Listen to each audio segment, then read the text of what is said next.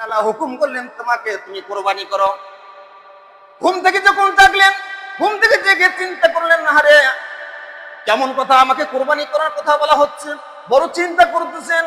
দিন চলে গেল, আবার রাত হয়ে গেল। রাত্রিতে আবারও স্বপ্নে বাজেন 9 জিলহজের রাত্রিতে দেখলেন, আবার দেখতে পেলেন যে তুমি কোরবানি করো। আবার চিন্তায় পড়ে গেলেন পরের দিন, এবার কি করব। যখন 10ই জিলহজের রাত্রি, এই 10ই জিলহজের রাত্রিতে স্বপ্ন মধ্যে দেখালেন তোমার সবচেয়ে প্রিয় বস্তু যেটা, সেটি তুমি তোমার আল্লাহর নামে কোরবানি করে দাও। নবী ইব্রাহিম তখন চিন্তা করলেন, আমার পৃথিবীতে সবচেয়ে বেশি মহব্বতের বস্তু সেটাই হলো ইসমাইল, ছাড়া আমি আর কাউকে বেশি এত ভালোবাসি না।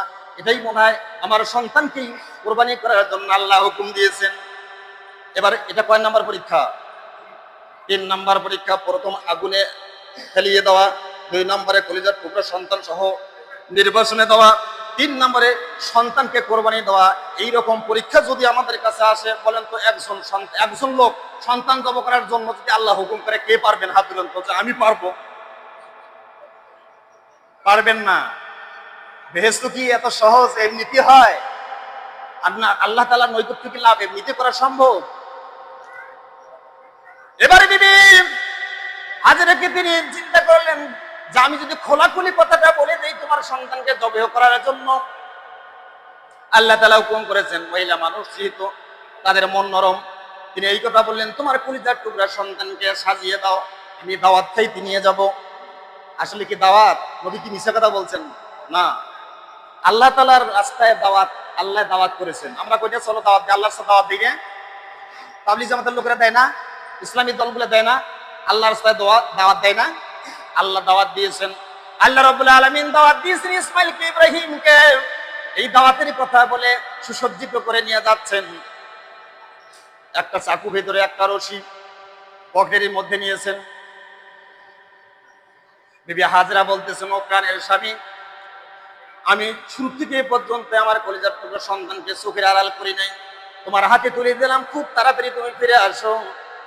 কিন্তু ইব্রাহিম নবী বলে, আমি আল্লাহর পরীক্ষা দিতে যাচ্ছি, কি যে হবে জানি না। যখন নবী ইব্রাহিম তার পুত্র কলিজার টুকরা সন্তানকে নিয়ে হাঁটি হাঁটি পা পা করে চলতেছেন, শয়তানের মাথা খারাপ। শয়তানে কিন্তু ভালো কাজে বাধা দেয়।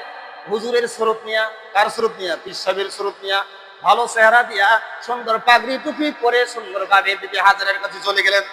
শয়তান চিন্তা করলেন, যদি আজকে আমি হাজেরাকে, যদি এই ইব্রাহিমের যদি কোরবানিকে যদি আমি বাধাগ্রস্ত না করতে পারি, তাহলে তো আমার ক্ষতি হয়ে যাবে।